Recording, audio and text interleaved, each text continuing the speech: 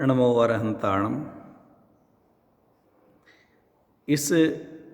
मनुष्य जन्म में मुझे जिन्होंने ये सिखाया कि मेरा जन्म ही नहीं होता, मेरा मरण ही नहीं होता, जिन्होंने ये सिखाया कि यदि ये मनुष्य जन्म मिला है तो इस मनुष्य जन्म की सार्थकता जन्म मरण का अभाव करने में है और इसके लिए अपने आप को अजन्मा आत्मा के रूप में, ध्रुव तत्व के रूप में, भगवान आत्मा के रूप में देखो। जिन्होंने हमें जन्म मरण से रहित होने की कला सिखाई, उनका आज जन्मदिन है। जब जन्म होता ही नहीं तो जन्मदिन कैसा और क्यों मना रहे हैं? अरे जिसने जन्म लेकर मेरे जैसे हजारों लोगों को जन्म मरण से रहित होने की विधि बतलाई हो, जिन्होंने अजन्मा आत्मा दिखलाया हो, जिन्होंने हमें धर्म के 10 लक्षण दिए, जिन्होंने क्रमबद्ध पर्याय दी, जिन्होंने ज्ञायक भाव प्रबोधनी टीका दी, जिन्होंने छोटे छोटे बच्चों को बालबोध भाग दिए, जिन्होंने छोटे छोटे पाठों के माध्यम से तत्व समझने के लिए तत्व ज्ञान भाग, वीतराग विज्ञान भाग दिए, जिन्होंने संसार से वैराग्य होकर के निज आत्मा की ओर आने के लिए 12 भावना एक अनुशीलन दी, जिन्होंने हमारा जीवन कैसा बने इसके लिए शाकाहार और अहिंसा जैसी पुस्तकें दी, और अंत में जिन्होंने समाधि का सार, संलेखना, तत्व चिंतन जैसी रचनाएं दी, और जिन्होंने वैराग्य और भरत के अंतर्द्वंद जैसे अद्भुत अनुपम महाकाव्य दिए, उनका संयोग जिस जीवन में मिला हो, उनका जन्मदिन हमें उनकी कृतियों को, उनके उपकारों को स्मरण करने का दिन के रूप में है। इसलिए हम आदरणीय छोटे दादा डॉक्टर हुकुमचंद जी भारिल साहब को सविनय स्मरण कर रहे हैं कि आप तो अजन्मे आत्मा की भावना भाते हुए, न जल्दी मरने की भावना, न जल्दी अधिक जीने की इच्छा, इन भावनाओं के साथ अपना समाधिमय जीवन जीते रहे और हमारे सबके लिए भी समाधिमय जीवन जीने की कला सिखाई। समाधिमय जीवन जीने की भावना हो, ये भावनाएं जागृत की, उन दादा को हम कैसे भूल सकते हैं? हम उनके लिए सादर सविनय स्मरण करते हैं। आज का दिन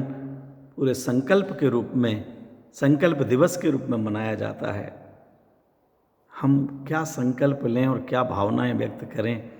पर दादा, मैं व्यक्तिगत रूप से यही भावना भाता हूँ कि जिस प्रकार से आपने आगम की साधना करते हुए, आत्मा को साध्य बनाते हुए जीवन जिया, मैं भी उसी पथ पर चल सकूं। मैं भी आगम की साधना करता रहूं, लिखता रहूं, पढ़ता रहूं, पढ़ाता रहूं, इसमें ही मेरा जीवन बीते। अन्य पाप कार्यों में ग्रस्त जीवन में रहते हुए बहुत से उलझना पड़ेगा, लेकिन आप जितनी निवृत्ति भले मेरी ना हो सके, लेकिन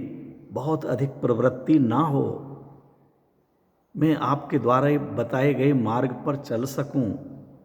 आगे बढ़ सकूं। और जैसा कि आप स्वयं के बारे में कहते हैं कि हम गुरुदेव के साथ नहीं, हम तो जितना जल्दी हो उतनी जल्दी निर्वाण पथ पाना चाहते हैं, निर्वाण पाना चाहते हैं। हम भी चाहेंगे कि हम सत्य की खोज करते हुए, सत्य पंथ को पाकर, सत स्वभावी आत्मा का आश्रय लेकर अनंत काल तक के लिए सुखी होने का मार्ग शीघ्रातिशीघ्र प्राप्त कर सकें, उस निर्वाण पद की प्राप्ति कर सकें, तो हम आपके शिष्य कहलाने योग्य बन सकेंगे। हमारी भावना है, आपका जो चिंतन रहा है, आपने कहा कि इस जीवन में सम्यक ज्ञान ही पढ़ने पढ़ाने लायक है, जिनवाणी ही पढ़ने पढ़ाने लायक है, और इसीलिए आपने जीवन पर्यंत अनेक प्रकार की बाधाएं आई, प्रलोभन आए, लेकिन आपने अपना कभी पथ नहीं बदला। आप दृढ़ रहे, आपने हमारे महाविद्यालय में शास्त्री ही होगा, यही श्रेष्ठ है, यही श्रेयस्कर है, ये भावनाएं आपने व्यक्त की। मैं भी प्रयासरत हूँ, पहले ध्रुव धाम के माध्यम से, अभी शाश्वत धाम के माध्यम से और भविष्य में सर्वार्थ सिद्धि के माध्यम से हम प्रयासरत रहेंगे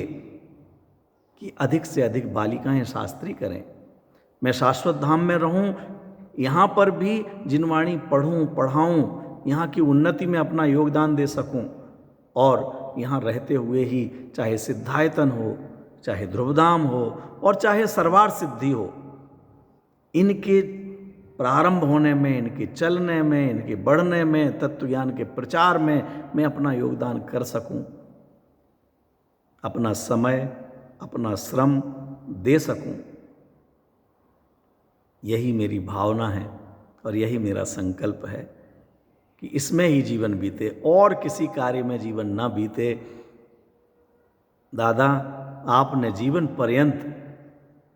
बहुत छोटी सी उम्र से लेकर के, बहुत प्रतिकूलताओं से लेकर के और बहुत विशाल साम्राज्य एक तरह से खड़ा किया है। हम तो बहुत छोटे हैं,